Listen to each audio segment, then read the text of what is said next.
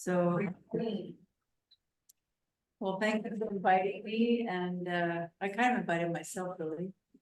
I said I was coming to New York. Would you like me to come by? So, Well, we have been trying to have you come to New York yeah, well, at some point. they did actually want me. I knew you did. That's why I said, yeah.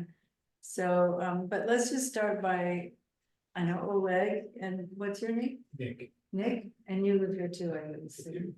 And you are? Billy. Billy and Veronica and Oleg, and I know the rest of you, but do you know these people over here? You guys know each other? No. No, that's, wait, tell me again, Nick Yes. and Billy. Billy, okay. So, I know these people are kind of new. Are you new to this, Nick and Billy? Is this the first time you've been here, or you've been here a lot, or? I've been in this space a lot to practice yoga. Oh, so you're a yoga student, cool. Yeah, I was a yoga person before. We just started. Yeah, cool. So which one do you like? I see they have Ashtanga and Yin and all the different kinds of yoga. I do Ashtanga the most, Yeah, but I'm not sure. I like different kinds. yeah. I think it's so wonderful that there's a yoga place combined with the dharma place. It's just like, it's very gratifying to me because I've always known the two go together, but the FUT didn't seem to know that. And I think that one of the reasons, and maybe one of the main reasons, that when I started receiving tantric teachings, that I had the experiences that I had is because I'd been doing yoga for a few years before. And so my chakras and channels were kind of opened up, And I remember trying to tell the FPMT people that they needed to do yoga. And actually, my friend that I met in India when I got inspired, he also had been doing a lot of yoga. He was an Iyengar, he was like really good, like better than me, like he could do everything. And we had these teachings in India, and we were both so inspired to do retreat because we'd had so much experience, like physical experience during the teachings.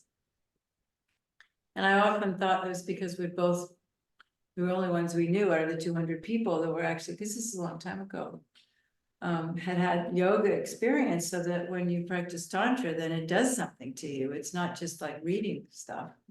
And everybody else is doing this intellectual study, and it wasn't really moving them. And I mean, that's not completely fair to say, I'm generalizing, but that's how it appeared to me. And so when I met somebody else who had these amazing experiences, it turned out that they did yoga every day. So and what he used to say, his name's Roger Munro, it's still in retreat now. And what he would tell me is, in highest yoga tantra, you start in the Vajra position. What does that tell you? Is what we call the lotus. How could you sit in the lotus posture if you hadn't had extensive training in yoga to begin with, And it's called highest yoga tantra. So, and it's all about inner experience, And hatha yoga, outer yoga, it's training for that, That's what yoga was about. I mean, you're an Indian, you could, right? I mean, I'm right? Absolutely. Yeah, and so you start with hatha yoga, and so when the Western people met the Tibetans, they didn't say anything about that, it wasn't like that, and until then when we had completion stage teachings from Lama Yeshe, he did teach yogas, But even those were advanced. It's like you really needed to know how to do just the sun salutation and general, yoga to be able to sit for long periods of time and not just like get sick, And so I think it's really great that this is the yoga studio with the Dharma Center, kind of like the ice cream on top kind of thing. So, you have ice cream and cake, you eat them both. And so, yeah, so anyway, and I've known Sneh for a while, and Oleg comes to White Tara, and there's a few White Tara friends here now. So we only have a little while to share. But both Sunny and Shayla were saying that because of, my time in retreat. Hi, what's your name? Was it Frankie? Frankie. Okay, Frankie. So Frankie, are you new or you've been here before or? I was here in 2016. Oh. When it was in Johor city, Yeah, okay, cool. but I disappeared. Yeah, that's fine. So you're not new to Buddhism so much. So they also wanted to know if maybe we could talk a little bit about retreat, right? And how best to go about integrating what you study with your life, right? That's kind of, but that's also the topic of tonight's talk, which was, I don't know who asked, maybe it was Sneh or Sheila, but to talk about how to practice bodhicitta in your daily life. So I kind of like Ravina's format. She puts it out there, any questions to begin with. So do you have any questions before we even start, other than what they told me? Anybody on Zoom? It's really nice to see you, Amy. Yeah. I hope you're somewhere. You live in New York somewhere. I hope you're enjoying wherever you are. So I like it better where you are. yeah. Cool. But I have a question. Okay. I was just listening to your previous recording at in New Mexico. And you talked about being in solitary retreat and what the difficulties of being in solitary retreat are. So I'm interested in hearing about that. Okay, well, I'll remember that till Yeah. after. Well, the difficulty is very simple. I mean, what's the worst punishment you can give a person in this country? Besides death. Solitary confinement, right? Yeah. There's a reason why they do that. Because we're very social beings, and being by yourself day after day after day. It just wears on you, and I think that like highly realized beings who are, entering the winds in the central channel and have Shine is probably not such a big deal to them. But even in, the teachings on Shine say that you should be in a community. If you read the teaching on Shine, there should be 4 or 5 like-minded people around you. And in the mountains of Dharamsala, when His Holiness teaches, the meditators go down, they meet each other for doing so. And so I think we get the wrong impression in the West that when you do a retreat, you're never supposed to see anybody or do anything, when you do your practice by yourself. But for example, at Land of Calm Abiding, where I lived later, there's always 3 or 4 people around, so you may be doing a solitary retreat, but you don't feel alone, you've got people around you. But when you're completely all by yourself, it just, it's not even so much that you're lonely, but it's, I think your nervous system just isn't adapted to being by yourself all the time, and it's taxing, it's stressful, we need people. And but it doesn't mean you can't do a nice solitary retreat, but maybe it's a good idea to every once in a while see people. I remember Renee, when I was doing my second long retreat, which was very solitary, Renee was there and he moved in and he said, would you like to go for a walk once a month or something, and I declined because I was being so strict, and I thought, well, it might bring obstacles, I should just stay by myself. But in hindsight, it probably would have been really good for me to go for a walk with Renee once a month or every couple months or something, So I don't know if that answers your question, but it's just human need, And I mean, nowadays, I don't know anybody anymore that really, I guess at Land of Calm Abiding you have to, but most people, and I wouldn't recommend this, but most people, they do retreat and they check emails and they, look at their phone and do WhatsApps and, the way I was taught was that, Lama Yeshe and his teachings on retreat, this is before email, but you weren't supposed to write letters. You weren't supposed to communicate with people like that, because it takes your mind out of the retreat. But what I would say now, after having done, quite a bit of solitary retreat, if you need to see somebody, if you really feel like you need to, like, for example, at Land Coma Abiding, there's always a caretaker there.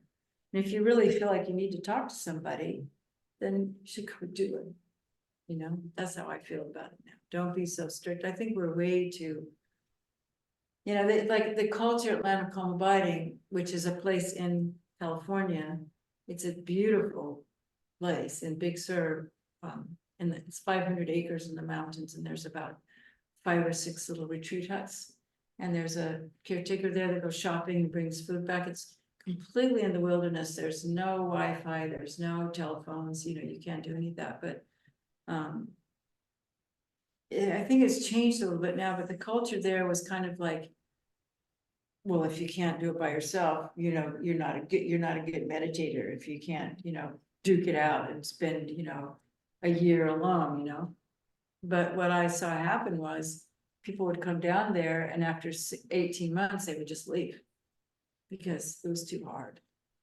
And so I just think that it's easy going, slowly, to just, I think Lama Yeshe would agree, get to know yourself and what you need. And, maybe a long solitary retreat isn't the best thing for you, or maybe and I know Reba Rinpoche suggested that on soak days, they all get together and do soak. And I think that's what yogis in the past did. That's what soak was about, to come. Soak is a ritual of like a party every 2 weeks, And I know my friend Raj, he coined the phrase a one-person party.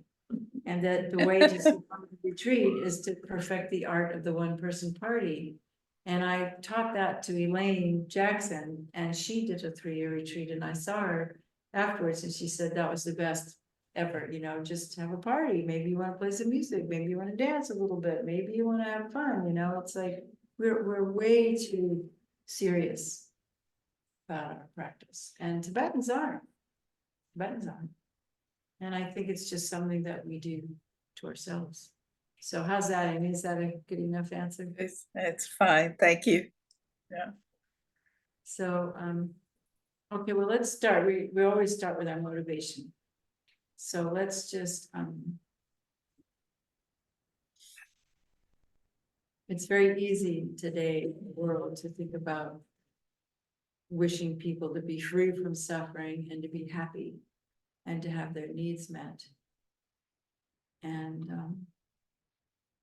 so when we make our motivation, we make our motivation to be here, to share our experience, and to learn what we can, to be better people, to be kinder people, to be wiser people, more compassionate, empathetic people, so that then we can be here to help others also do the same.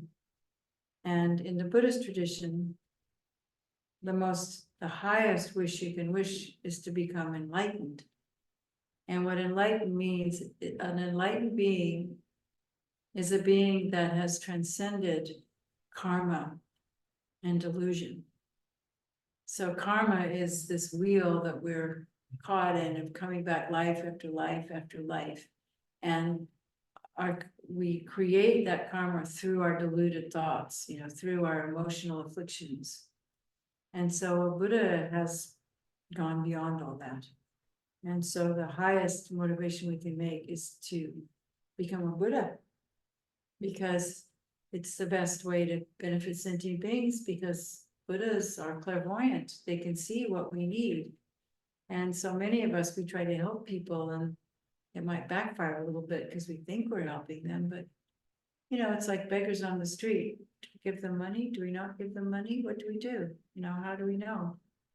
I usually do give them money, but so that's just an example. So we think to ourselves, we're all sentient beings.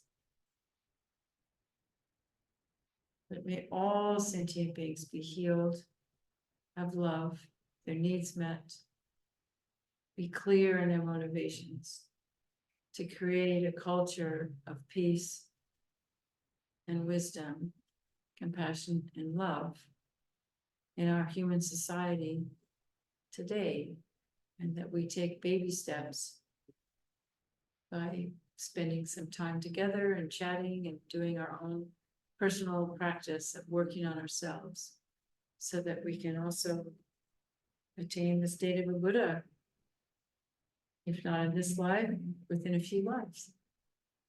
So that's our beginning. And so the first step in becoming a Buddha is recognizing our recognizing that we aren't enlightened now. And so,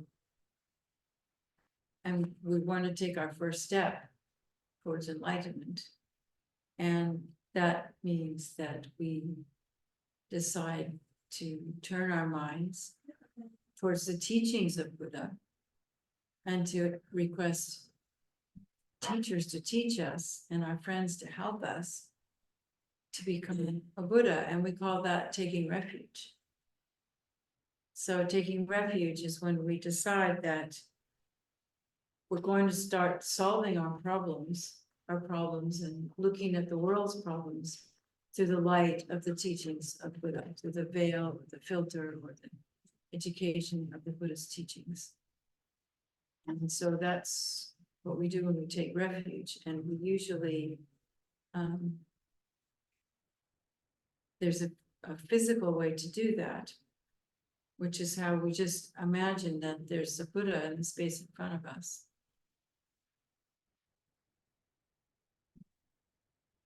And we, as best as we can, we open our hearts to this Buddha, because just as we've learned through Zoom that we can communicate, but we are all connected, whether we're in the room or not, because we energetically exchange over Zoom. It's not just a picture, we do feel presence. So that means that we can also connect with the way we, you can dream about people and they, something about them. We're connected in very subtle ways. And so the Buddhas are always around with us. And so when we call the Buddhas to mind, whether you want to see, the actual Buddha Shakyamuni, or His Holiness the Dalai Lama, or Queen Tara, or Padmasambhava, or whatever form of enlightened being, or all of them, that we can call them into the space and we turn our minds to that. I think of it as like you turn the radio dial to the radio station you want. Well, it's like we're turning the radio, our minds like antenna, we're tuning to the Buddha station. We're tuning to the Buddhas. And so and it's easy to do that when we think, I want to take refuge in the Buddha. It's like tuning to the Buddha channel. And so we can think to ourselves, I'm going for refuge until I'm enlightened to the Buddha, to the Buddha's teachings, and the community that helps me. And by doing these practices, may I become a Buddha for all beings. And then when we say that, if we visualize this Buddha in front of us, then we imagine that all these rainbow lights are pouring into us, all the qualities of a Buddha. So let's just think that. Just pouring into maybe the crown of our head and filling up our bodies with this rainbow light. It's the healing energy of the Buddha.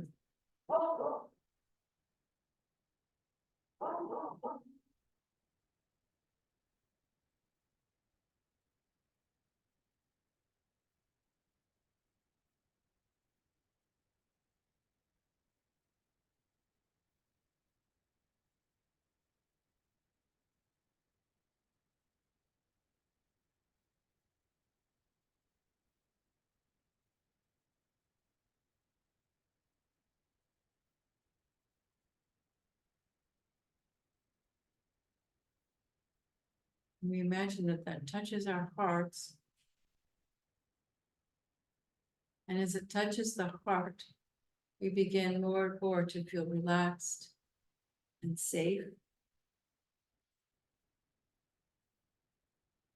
And feel like there is a being in our lives to whom we can pour out our heart.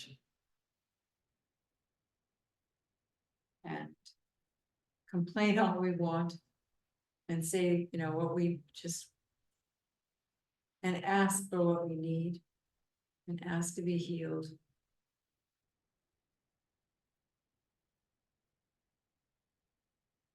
And ask most especially to experience the true nature of our mind. Because when we have that experience of the true nature of our mind, then these emotional afflictions become just what they are. And I always love when they use the word that adventitious defilements. And adventitious means that they're on the surface, you know, they're not inherent within us. And that our deeper nature is pure and full of love and clarity and light. And so we ask the Buddha to illuminate that light for us. That mind of openness, spaciousness, that lets go, it's deeper than our thoughts of this and that, and I need this, and why isn't this happening? This is not good, and why did this happen to me? And all these thoughts, that it's more like they're the waves on the surface of the ocean. And what the Buddha is connecting us to is the deep down, deep ocean, the beautiful parts where the octopus lives and the fishes are swimming around.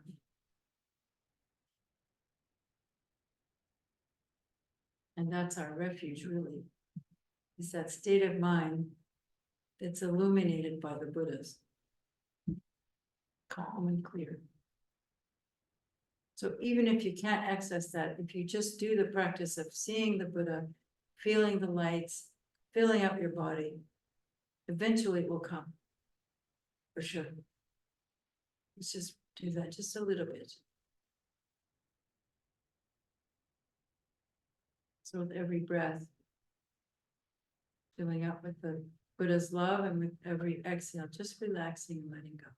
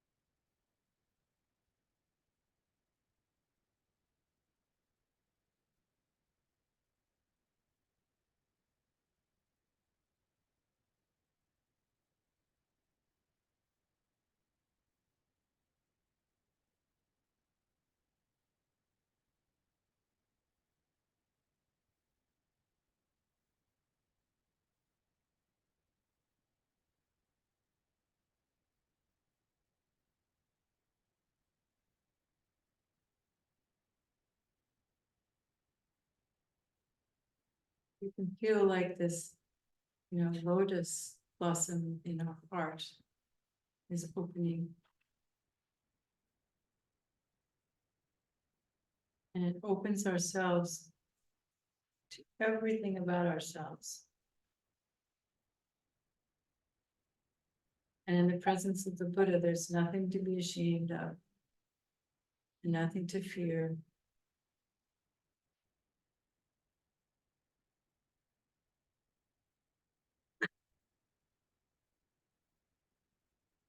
And when we have faith that the Buddha has unconditional love for us, we begin to have unconditional love for us as well.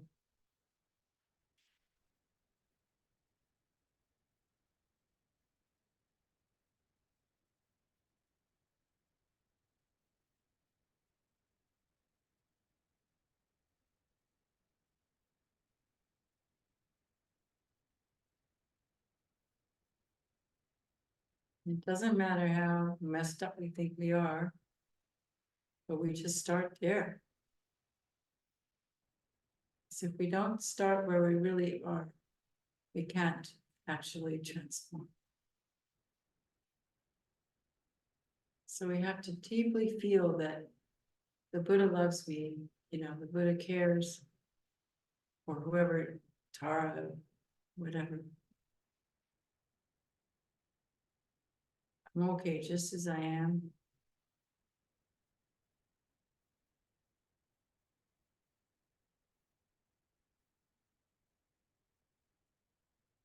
And I begin to believe in my potential for enlightenment.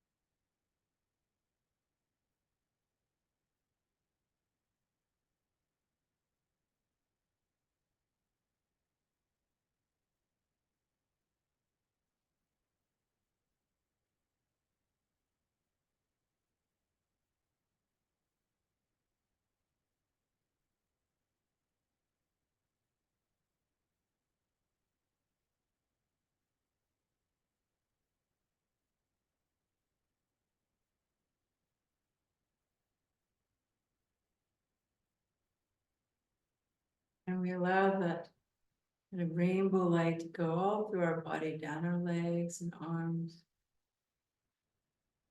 the base of the spine, my neck, my head.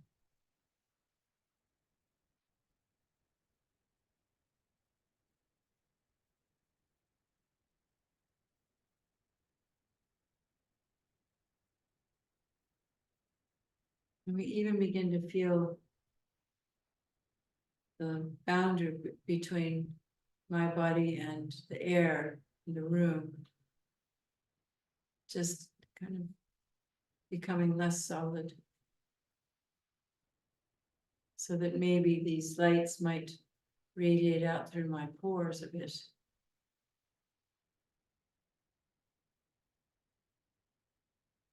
I feel myself become a little bigger and a little less solid.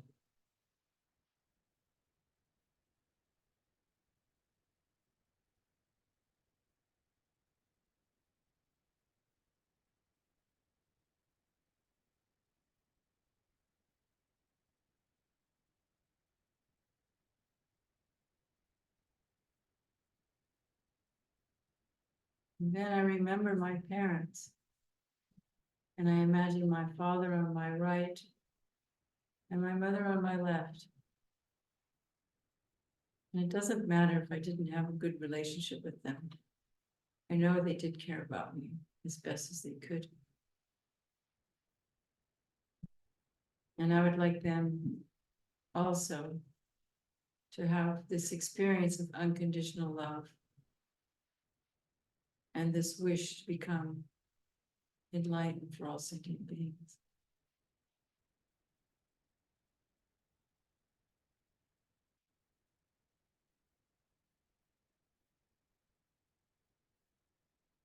So then I also then remember my friends and my family, and in particular, if they're people or animals in your life that you really love and cherish, then now remember those people and cultivate that feeling of how much we love those people.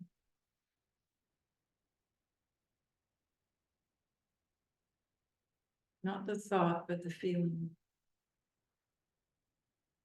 And I allow that person to come to mind, or maybe my dog, or my cat, or my grandmother, or my daughter, or my son.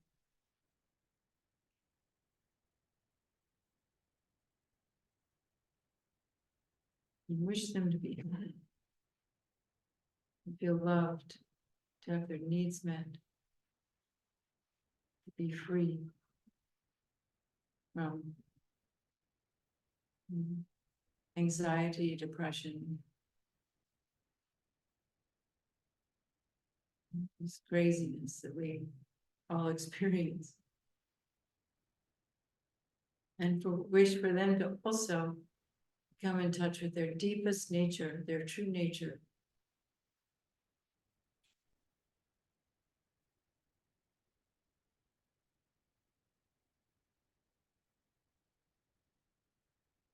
And we include everyone in this room and on the Zoom, and all the people in the future that might watch this recording. And then we are in the middle of New York, so then there's zillions of people all around this part of the world. We include all of them and all the rats and cockroaches and ants, dogs, cats, birds.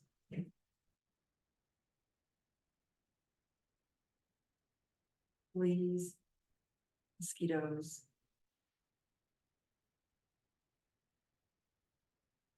Maybe there's even skunks. And I heard there's coyotes here too. All the beings.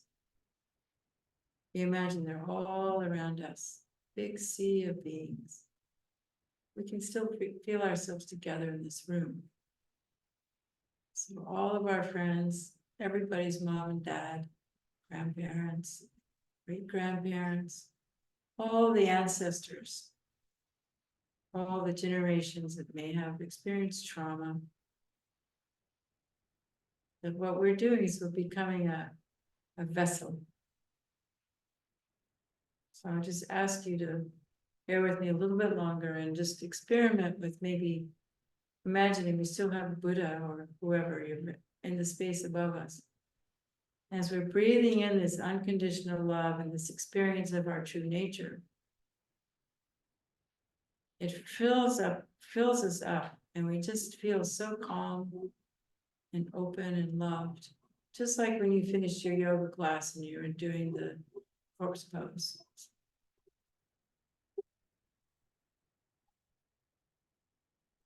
And so then with our exhale, we send that out to all these beings we're imagining. And this is healing them.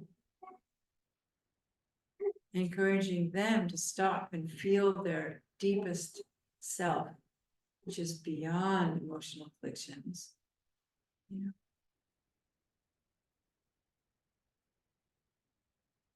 So we just do a little breathing practice of breathing in all the blessings of Buddha. And then with the exhale, breathing out through all of our pores. This rainbow light touches all of this room, all of Brooklyn, all of New York State, United States, this planet.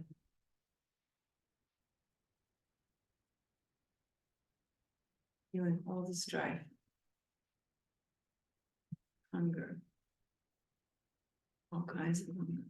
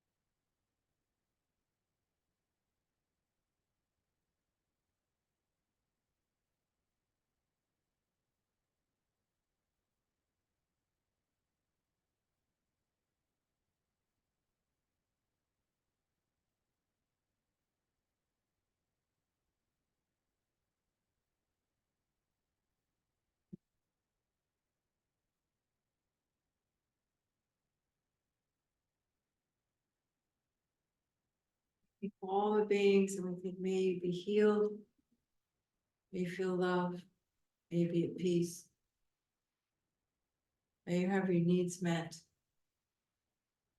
May we be able to experience this equanimity that doesn't leave anyone out of our care. We may not be able to be around all the people, but at least inside, there's no one that doesn't deserve our care and concern.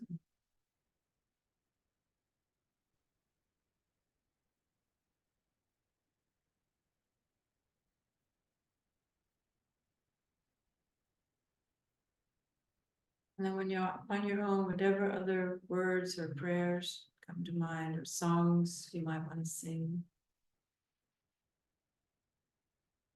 and then you just end the meditation by paying attention to, the me that's doing this. I'm feeling the lights coming in, imagining, I'm receiving and giving.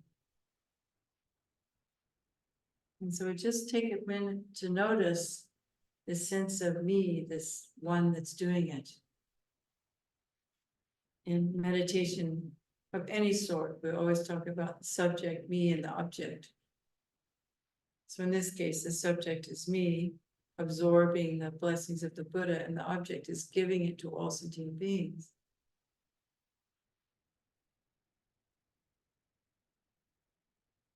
So we just focus on the subject then, the me, and notice, how does it feel when I think me, I?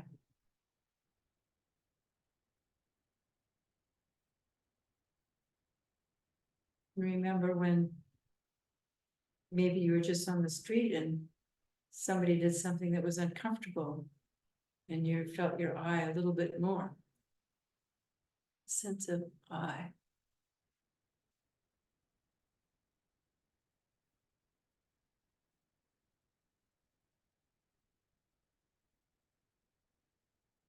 And so when we have an idea of what that sense of I is, a lot of times it's right in the center of our chest, and we try to locate it. Where is this I? If it were to exist the way it appears, it would be somewhere. I could point to this and say, this is me. And of course, relatively, I can point to my body and go, this is me. But when we look inside, to try to find a definite source of where this sense of me comes from.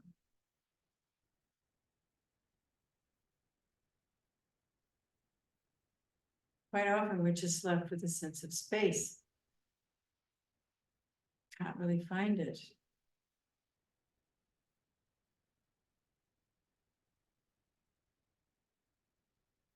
So sometimes I like to feel like when I'm sending the lights out to all the beings, it expands my sense of I, and that goes out too. So that I get a feeling, a much more spacious feeling inside.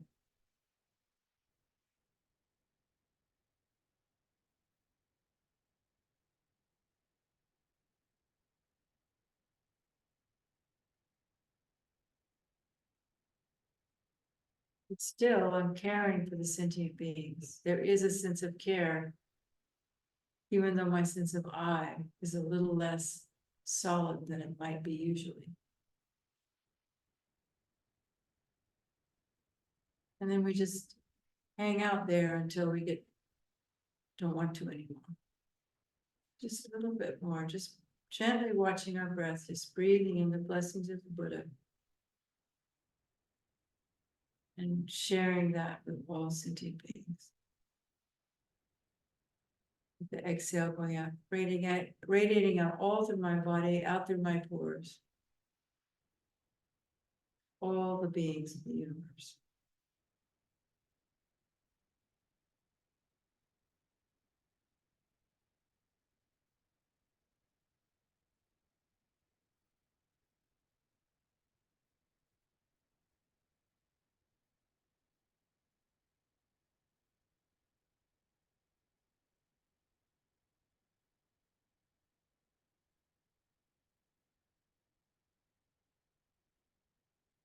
Then we can just relax. That was looking good.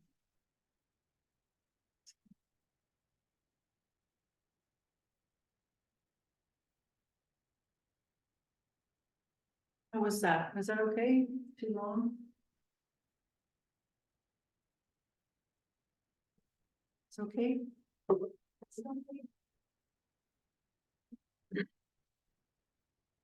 So for me, when we talk about developing bodhicitta, that's how I do it. You know? It's, to me, it's a lot more than just saying words. I want to feel something. You know?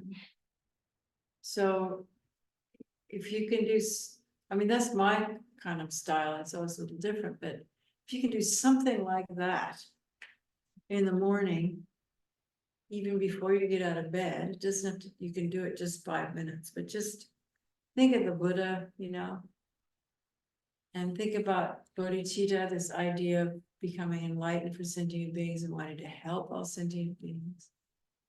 And just combine that with your breathing and a sense that it's in your body. Because the question was, how do you do that throughout the day, right? So this is just my experience. It's nothing that I got from a book. But when I take this concept of bodhicitta, this wish to become enlightened for sentient beings, and I combine it with my breathing and my sense of being, you know, in my body, then it's much more powerful throughout the day. Because over time, it's not going to happen the first time, but if you do this consistently, or maybe just 10 minutes in the morning of morning meditation, then each year by year by year it gets stronger and stronger and stronger. And so then what happens is that, or even month by month by month, is that when you're going throughout the day, all you have to do is remember to pay attention to your breathing. So we take little breaks, you know, we might have a busy job, but we always go to the bathroom, or we, you know, go out for coffee, or we end up standing in line, or maybe we're on the underground, or there's bits of time where you even take time, you know, like Thich Nhat Hanh talks about stopping every hour for a minute or two, or nowadays we're advised if we work on a computer, you're supposed to get up for a few minutes every hour.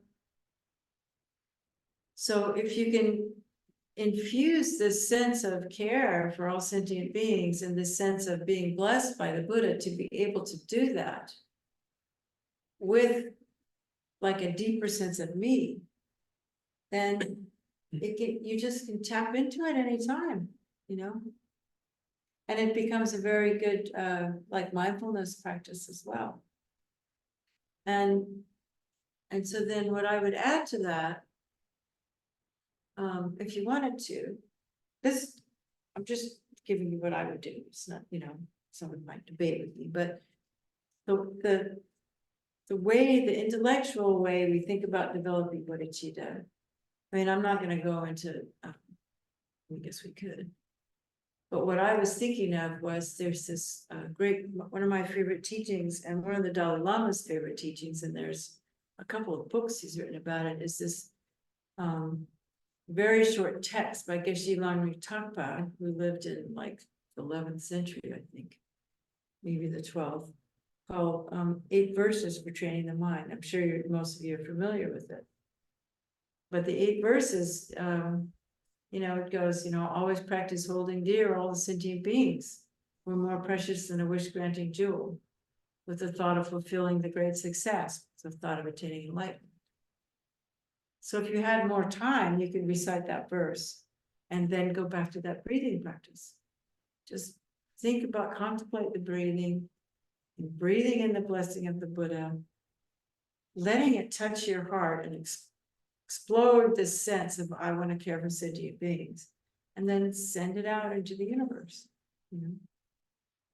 And you can go through it verse. This is if, say you wanted to do a week-long retreat. We've been talking about retreat. So say you wanted to do a week-long retreat, or even a day retreat, and you decided you wanted to develop bodhicitta.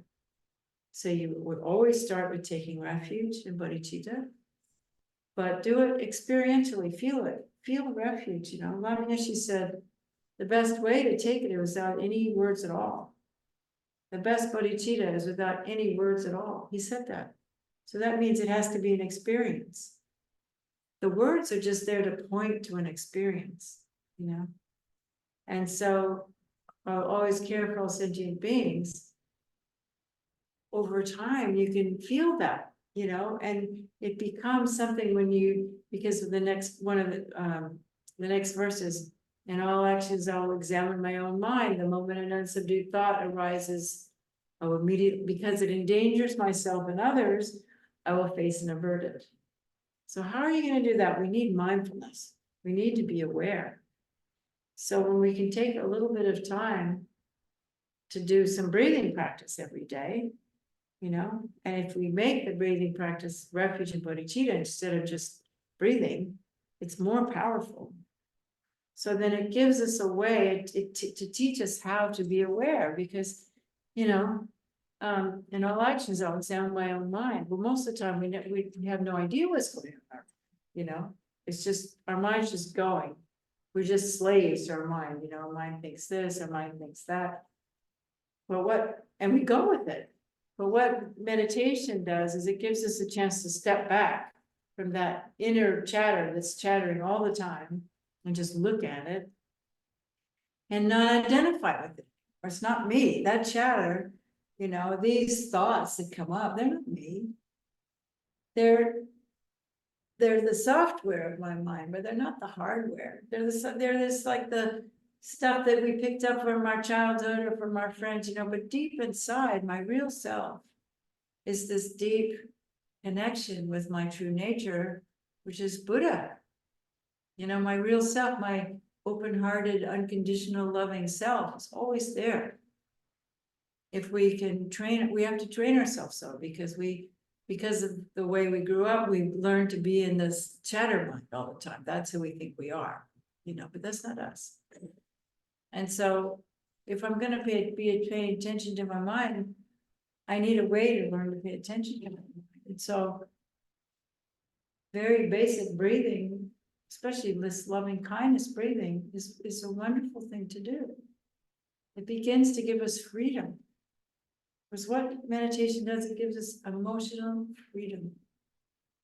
Because we begin to identify with a deeper sense, and that deeper self is definitely a loving self if we allow ourselves to love ourselves.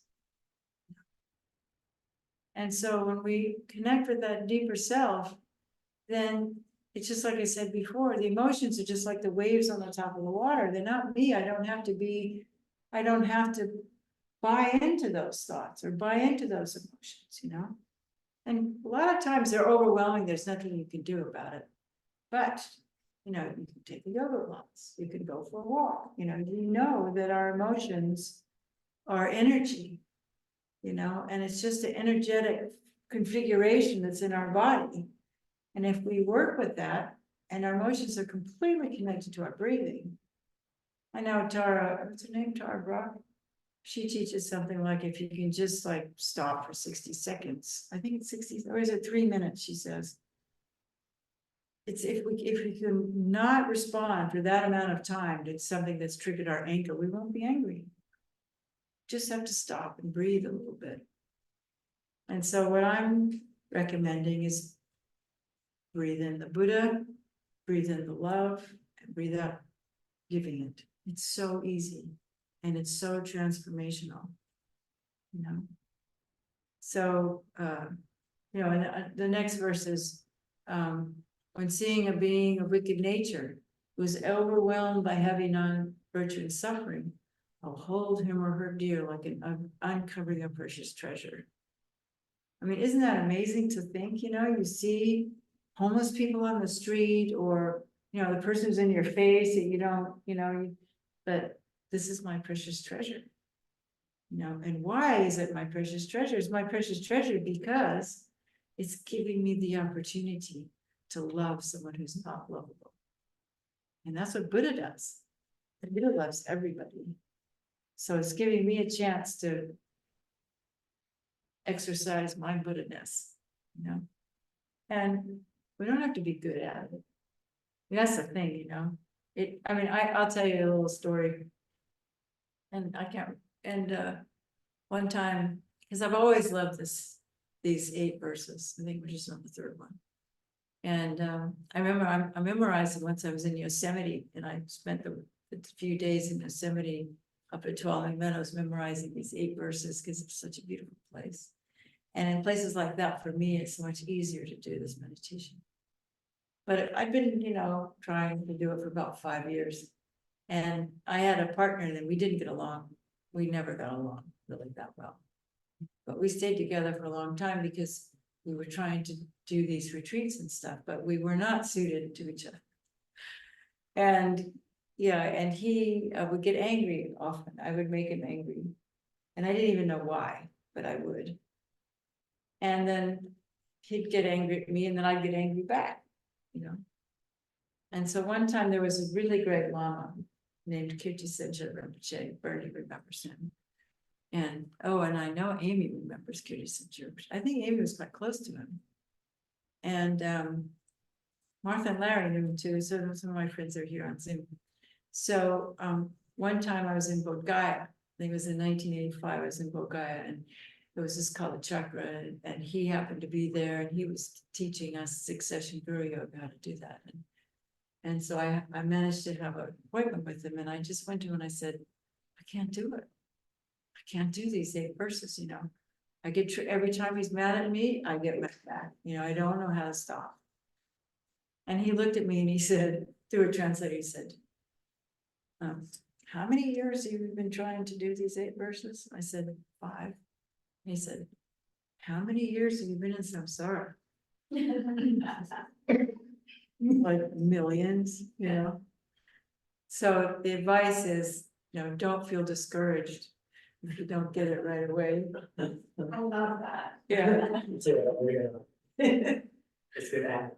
But, you know, I've been trying to do this for over 40 years, and I'm just sharing with you that and I think most people, if you take it beyond just like trying to hit yourself over the head, you know, next time I see a wicked being, I'm going to love them. If you do this inner practice of doing this breathing meditation, it becomes much easier. Because it just becomes you, you know, you just begin to transform yourself, especially if you allow yourself to be yourself. You know, so many Buddhists are always trying to be good Buddhists, but we're not good Buddhists. And so we just have to not be afraid to be who we are and realize that in the presence of the Buddha, it doesn't matter. And so we don't have to hide. And allow, because it does work. I mean, Buddhas, imagining calling the Buddhas and asking them to come and breathing in those lights over time, it will transform your experience. And so, you know, the rest of the verses are, well, one of them is like, when someone treats me bad, I'm not gonna argue with them. I'm just gonna offer the victory to them. And it stops an argument right away. You know, someone's going, you did this, blah, blah, blah, blah, blah. You go, oh, yeah, well, thank you very much. It's true. It's true. And because it's really hard to do that. But that means that later you can come back to them when you're not all angry and pissed off and talk about it. But to try to reason with an angry person is the stupidest thing in the world. And I've done it so many times. But if you just like try to like give that angry person whatever it's going to take them to calm down, it doesn't matter if it's not true. Who cares about your ego at that point in time? You know, maybe they're saying something that's completely not true. But just give them what they want. And then later, you can maybe talk. In relationships, I find this helps a lot too. You know, just like, but not to the point you don't want to shut yourself down. But maybe just for then, you know, and then tomorrow say, you know, could we talk about that? And then you can, you know. And then another one is when things get really bad in a relationship with somebody, you see them as the guru. Because this is an opportunity for me to learn about myself. It doesn't mean you need to stay in abusive relationships. It doesn't mean you need to stay in abusive jobs. It doesn't mean you need to, be in those situations. But until you can get out of it, it's good to use it to like, what can I learn from this? What can I learn from this? But the end point of it all is that the last of the verses is that by seeing all dharmas as illusory, which means understanding that everything I experience is a projection of my own mind. How I experience me, how I experience you, it's all colored by my past experience. I bring all of my past experience to it, and it might not really, even in a relative sense, be that valid. But if we understand that ultimately everything's illusory, not relatively, but ultimately, then by understanding that, it gives me the freedom to not be stuck. And that I will dedicate my life to releasing myself and all sentient beings from this bondage, like I said at the very beginning, of delusion and karma. Because that's what binds us, is that first, we don't see things as illusory, we grasp onto them really tightly, and we believe in our emotions, and we're always just being blown by one emotion here, one emotion there, this like, this dislike. And what we're trying to do here is realize that we don't have to do that. We can go above that. We can go below that. We can go around that. And without pretending that it's not there. We don't pretend that this person doesn't make me angry. We don't pretend that we're not angry. But we just don't let ourselves become slaves to those experiences, and we do our best to release ourselves from these emotional entanglements. And if we can't just be quiet, just try to, go for a walk away, back away from it, because it takes a really skillful person to work with it in an adverse situation as it's happening. I'm a big fan of Marshall Rosenberg's nonviolent communication. I think that's really helpful. I think all Buddhists should study that too. So, yeah, so that's kind of how I have learned to make bodhicitta work for me in the day. And I can't say, I'm perfect at it, but the breathing thing is what's really helped me. And I wake up, this is the first thing I do in the morning. I just remember my refuge. And I remember the people in my life that I love, so that I can feel love. I want to feel it. The Dalai Lama said one time, I was with an interview with him, and he said, our meditation shouldn't be cold.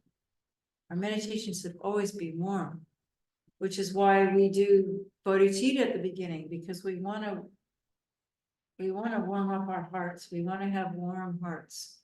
And so whatever it takes, thinking about my dog or thinking about my whatever, just sort of try to feel something. And if it doesn't, some days it doesn't happen. But the days it does happen, I feel so nourished by it. And I feel like, I can go through anything if I have cultivated this sense of Buddhism. The word Buddhism is an English word, but in Tibet, it means an inner being. So what it is we want to become inner beings so that the outer world doesn't control us. No matter what's happening in the outer world, we can still have our refuge, and that's what refuge is. Refuge is our inner experience of letting go into the vast expanse of inner reality that is in the nature of love. So that's really all we're trying to do, and all these methods, whatever works for you, whether it's a Goenka style or a tantric practice or a doing Tonglen practice. Tonglen practice is kind of the opposite. Instead of I like receive from the Buddha, give to sentient beings, but Tonglen practice is it's a little more advanced. You imagine you're taking all the suffering from the suffering beings, starting with maybe one person. And as that suffering hits your own heart, it kills your own resistance, your own selfish tendencies, And then you open up into this wide expanse and give that back out to others. But I find it helpful first just to know how to give that, rather than taking other people's suffering away. First, I'm just going to receive the Buddha's blessings and give it to me, because I need it, I need help, right? So I'm going to stop there, and we can have a discussion or answer questions, or hopefully somebody wants to say something. Yeah. Billy, do you want to anything? No?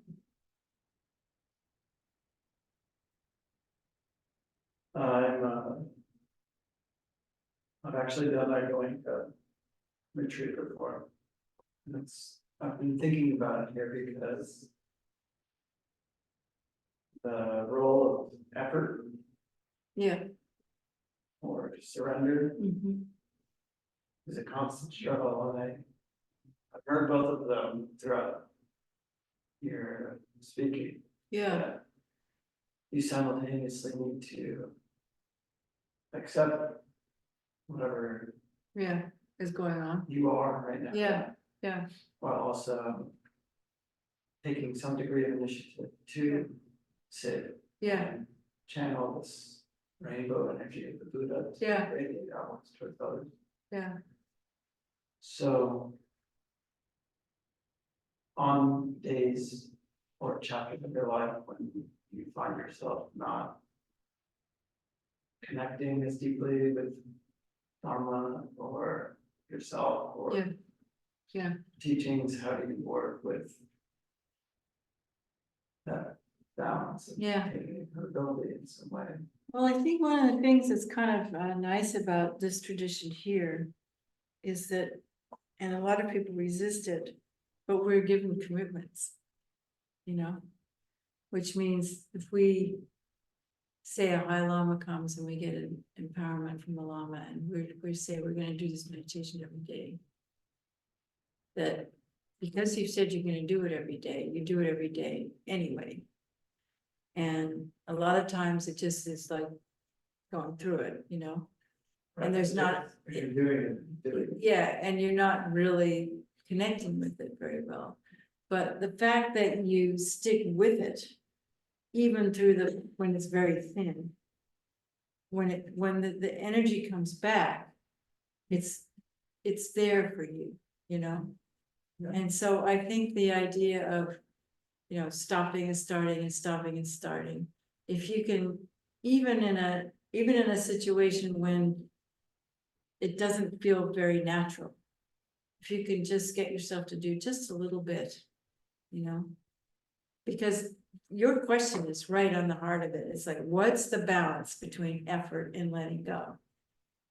That's one of the things they talk about, right effort. And it's just something we constantly work with. Because if we, and I now, after having done this for a long time, I would err, is that the word, on the side of too little. Because in our society, it's too much. We've been given since we've been in kindergarten, and I think kids, I grew up in the 60s, and it was like, we just got to play all afternoon, it wasn't like it is now with kids. So I think younger people, like you guys, it's already been given so much that you have to do. So you might decide that, okay, I don't feel like meditating today, but maybe I can take a bath. But still with the intention, because the point is that it's the bodhicitta motivation that's the most important thing. So if I can generate my bodhicitta motivation, even when I don't feel like meditating, but maybe I can go for a run with bodhicitta motivation, or maybe I take a bath, or maybe I can even go buy an ice cream with bodhicitta motivation. But the idea is it's like the motivation, it's like you're running a relay race, it's the bodhicitta motivation that you want to hold on to. It's not so much the thing I'm going to sit here and do this every day, because some days, if you make yourself practice when you don't want to, it's going to make it even worse. The next day you want to do it even less. So I think we all have to find that balance of when to play and when to not play. And the most important thing is to try to make our meditation practice play. Like I talked about the one-person party a little earlier, you know, Warm, like that. and warm. So, you know, think about people you love or whatever, you know, it's really important to not make it work. You know? So I would say that, and just, yeah, because the main thing is just thinking, I didn't do what I said, I thought I was gonna ask you, you know, what is bodhicitta? You know, I mean, what is bodhicitta? It's this mind of enlightenment, it's this mind that like wants to get out. This sucks, you know, I want to get out. And what's the best way to get out? By loving everybody. That doesn't, you know, that's really how we get out, is by learning to love everybody, but we can't love anybody till we love ourselves, you know, and that's the big crux in this culture, is that we have to be okay with ourselves, you know, like one of my songs is fat warts and all, you know, the kids like that, you know, because basically we're all good, you know, and no matter how many traumas and all these things that we have to work with, and, you know, but just Lama Yeshe's main message was be easygoing, you know, and just notice over time if you're becoming more flexible, because if you're not becoming more flexible, you're not doing it right. Yeah. So take breaks, but don't give up the bodhicitta. Yeah. You know, do something else with bodhicitta motivation.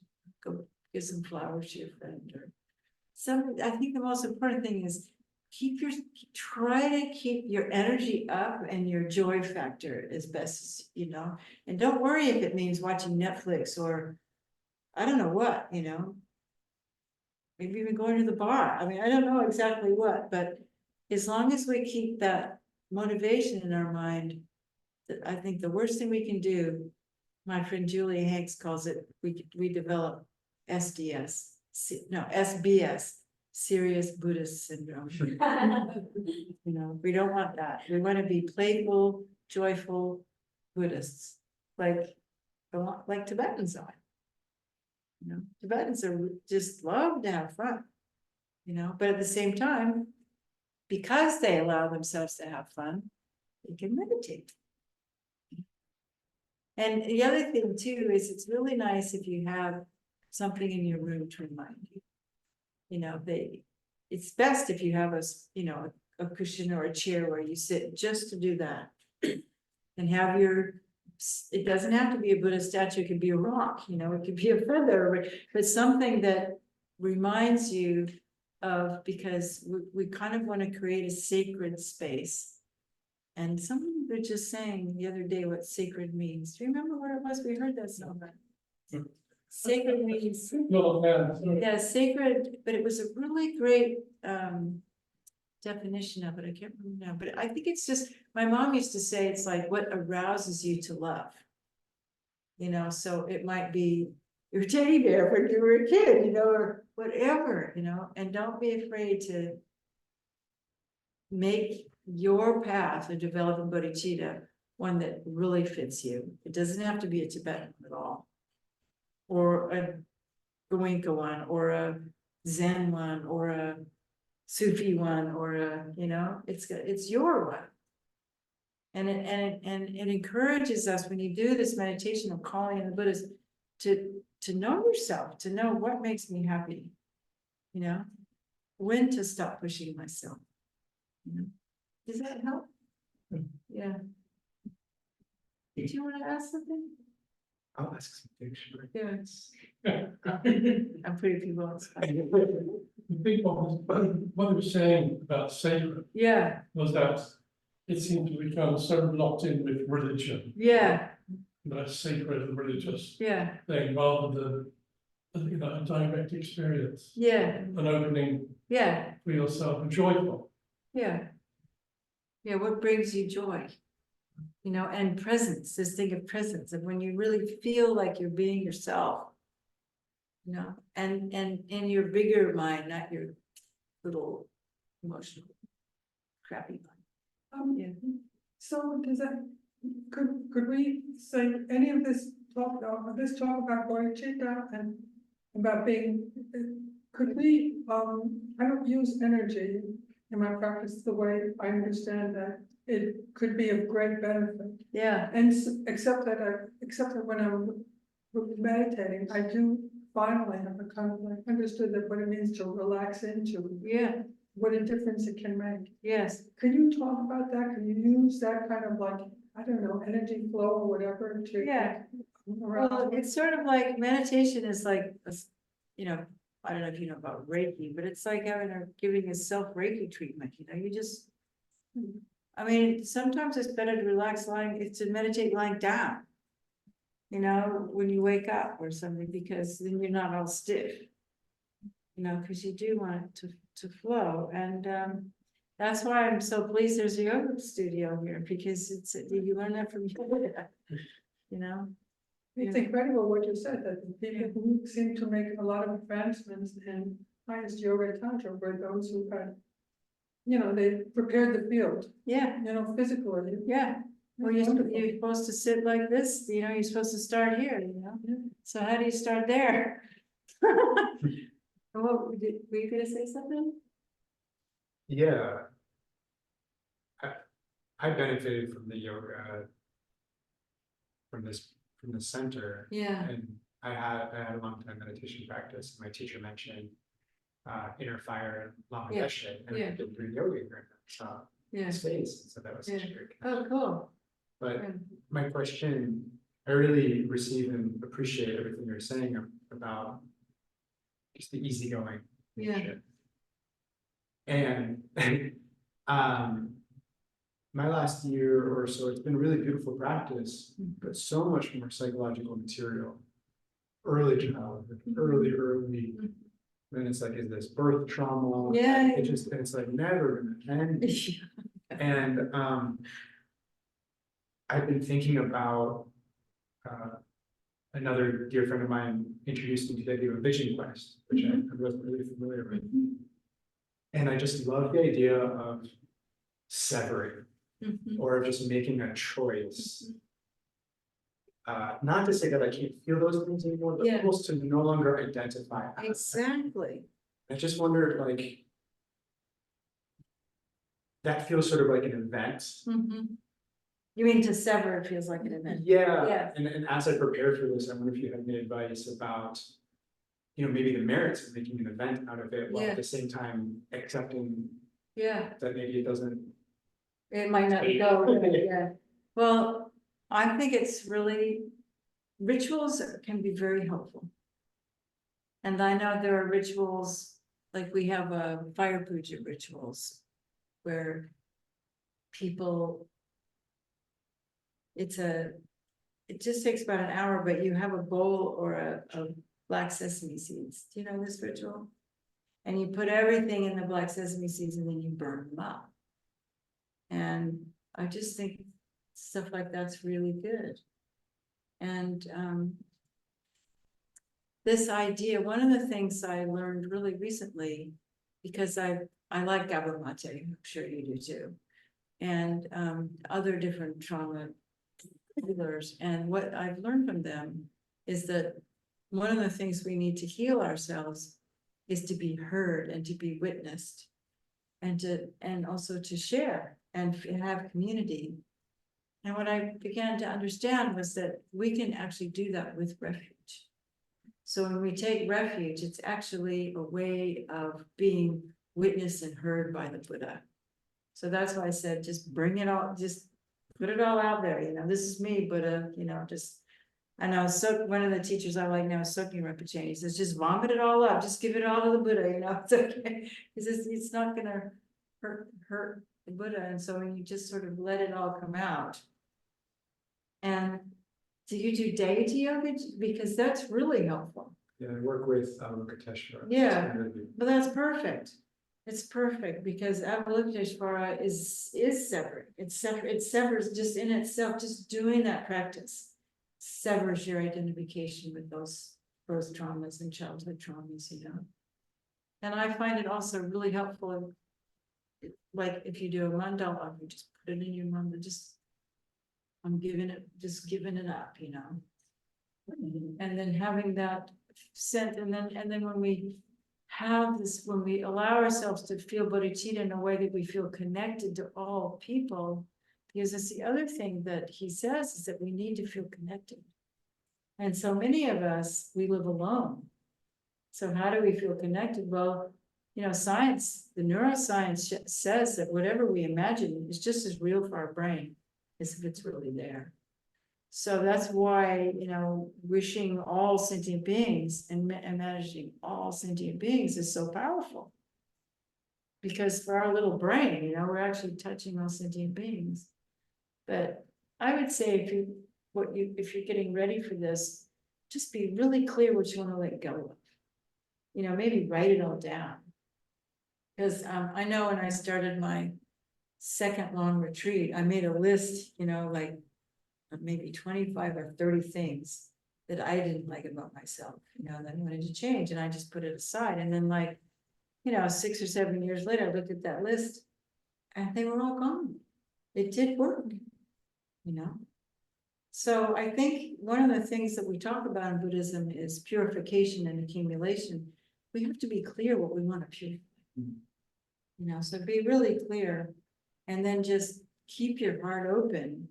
And if you go on your vision quest, trust your instincts, really trust your instincts, because your inner being knows how to heal you. But the problem with us is that we're so used to listening to our adapted personality instead of our real personality. We don't trust the inner voice inside of ourselves. You know, and so see if you can just suspend your judgment about that and just go with what, and don't be afraid if it's wrong. You know, I made this decision a few years ago. It's like, I'm going to start trusting my instincts, even if it turns out to be a mistake, because I have to start doing that. And the more I have faith in the Buddha and my refuge, the more I can believe that my instincts are going to be good. And also to trust your bodhicitta motivation. You know, if you really have bodhicitta and you make decisions based on that, then the result of that is the right result, even if it doesn't look right. Because the thing is, you know, we can't really judge sometimes things that look like disasters. They might be the very best thing that happened to us. And 5 years later, we'll look back and go, wow, you know, that really was the right thing to happen. Even though in the middle of it, you're just like, oh God, what's happening? You know? So I think in a way, we have to trust our instincts, we have to trust our motivation, and we have to deeply take refuge. And then I think whatever happens, you just have to believe that's the right thing. Yeah.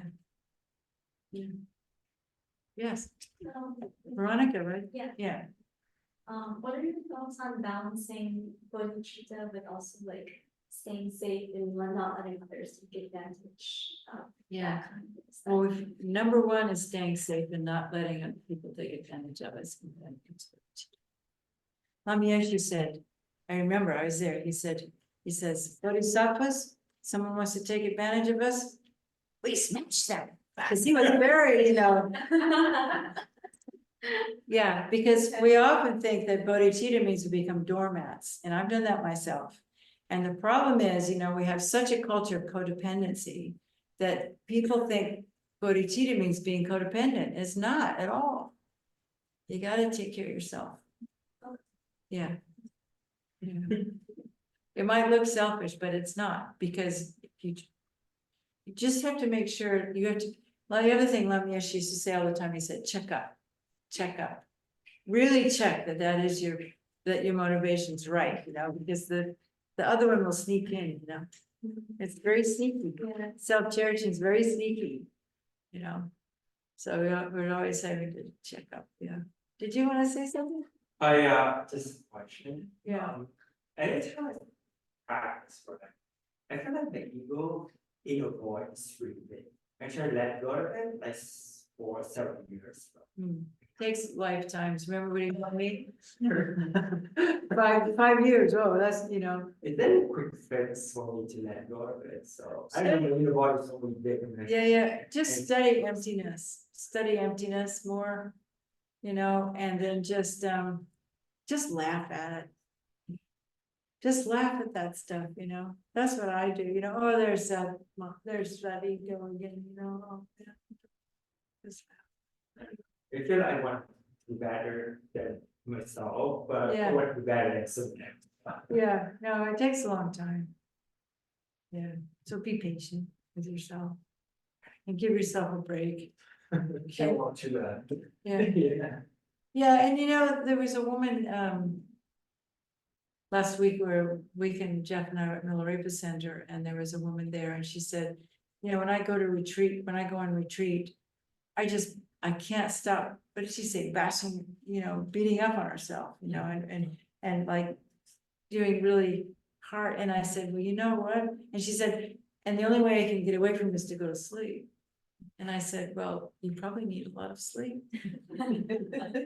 Because a lot of times when we're tired and we try to meditate when we're tired, that's when that happens.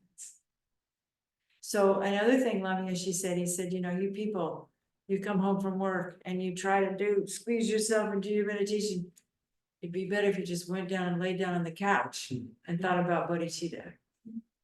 So a lot of times, when we try to meditate when we're tired, that's when that ego, and it's really because it's saying, I want to do this right now. I've been busy all day, I need a break. And so it's, we just try to have to balance our lives. And if you work a lot, you just really don't have a mind for meditation. So I think if you're really serious about meditating, you need to find a different job. Some lifestyle that is conducive to having enough space in your mind to practice, and so I think that's important too, if you can. I'm not saying you have to, but wouldn't you say that? I mean, you were a big banker, right? I mean, how did you go being a banker and meditate? I was so stressed out. I think I like that probably. My nervous system was just shot. I just couldn't do it anymore. Yeah, and so if you try to meditate on top of that, your nervous system gets more shot, and so that's why your ego is going. So maybe you need more sleep. I think it's after 9 o'clock. Yeah. Yeah. This is one of the favorite things I've heard, students of Lama Yeshe say that he said, which is eat more chocolate. Like, have more chocolate, my dear. Like, chocolate is not the problem. Yeah, no, What did he say? he meant, but by chocolate, he meant tasting the bliss of meditation. He didn't mean actually eating chocolate. You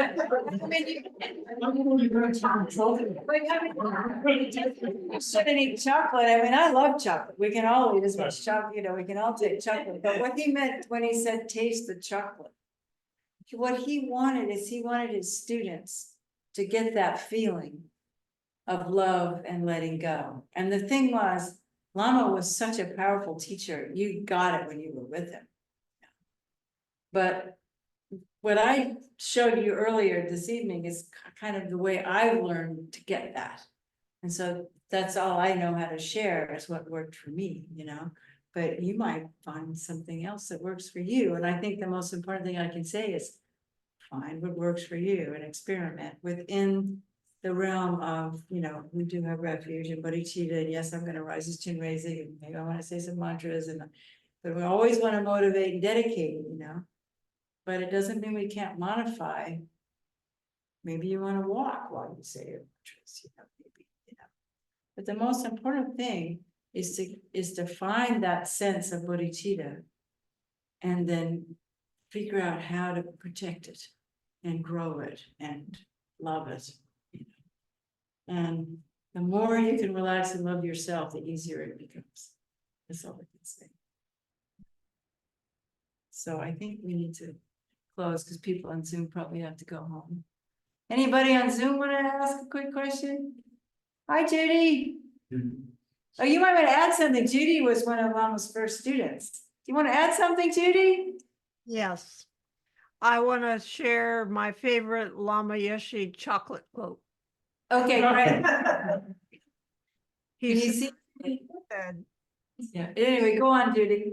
enlightenment isn't just one big chocolate at the end. It's chocolate, chocolate, chocolate all the way. Thank you very much. Yeah. Do you get it? Yeah, did you hear what she said? Other thing, Repeat it. another thing that Lama said about chocolate was, because I've used this all the time, everybody thinks I like chocolate and they give me a lot of chocolate. I don't like chocolate. But he knew we like chocolate. Yeah, it was his image of what we thought would be blissful. Yeah, exactly. Yeah, so, anybody else? Bernie, Bernie's also a Lama student. Bernie, do you want to say something? For me? No, Yeah.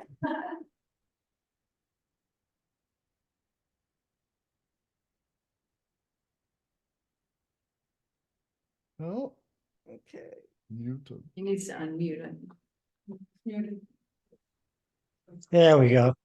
Yeah, I mean, Lama was just such an amazing being that he just, took your mind, and just meeting him, and he knew everything about you. It was just, he had these qualities that are unseen in most beings. So I just thank you, Paula, for sharing your love today. I just want to thank you for that. It's just what I needed today. I had a long, difficult winter. So Yeah, perfect. Thank you. difficult winter. Well, the thing is, it's so wonderful to meet somebody like Lama because it gives you the inspiration that yes, I can get there. You know, there is like enlightenment isn't a concept. There are beings that hold this, So I just really encourage you, if the Dalai Lama's around or some really great lamas are around, it doesn't matter what. They don't even have to be Tibetans, but if they're just I remember one of the first beings that really struck me was an Iroquois shaman man, doesn't people have it. So let's dedicate. And do we have normal dedication prayers we say, or should we just, people know here, so. Yeah. No, well, I'll just say something. So let's just, whatever good energy we've created here on Zoom, and thank you all for coming. It's really nice to see you on Zoom. Yeah, there you are. Yeah, I was just with Martha and Larry. And that whatever positive energy of bodhicitta that we've created tonight, may we use it to the best of our ability to make the world a more loving, wise, peaceful, caring place. And for all of us to attain enlightenment, and for our bodhicitta to always, whatever little bit we have, it doesn't decline, and what we have, may it grow and grow and grow into enlightenment. And we also dedicate to all the children in the world that are facing a future of such great uncertainty. And for all the people in this world that are overwhelmed with fear, so that they will choose leaders that prey on their fears, that somehow all the fear that's in the world today to be healed. And for the long lives of all of our teachers, and for the quick return of Kyabje Zopa Rinpoche, and Trungpa Rinpoche, and Namkhai Norpa Rinpoche, and Lama Wangdu, and all the lamas that have passed away recently. May they come back and continue to inspire us. And in all our lives, may we meet with perfect gurus and true dharma, and have really good friends that help us. And places like Shantideva Center, where we can meet and learn and grow. And may this center flourish and may more people come and enjoy and have all the resources that you need. So it's just rejoicing and thank you for letting me come and giving us a place to stay tonight. It's really nice to meet you guys. And Thank you. you know, Thank you. I might be back someday, but whatever. Oh, and also Oleg comes, some of these people, you know, I do a white Tara meditation twice a month online that people come to. That's quite nice. So if you ever want to come to that. The schedule is on your website, Yeah, so maybe we can go share it. Yeah. yeah, a friend of mine made a little website for me, which I didn't really want, but I'm glad now because it means more people can. And it says how to join that meditation. It's an hour and a half. And it's white Tara practice, which is for healing and long life. It's rather nice. I really enjoy it. Bernie, you should come sometimes. Tara white Possible. I'm gonna be doing some teaching, a lot of teachings this coming month. Tara. Okay, good. Well, Next someday. month.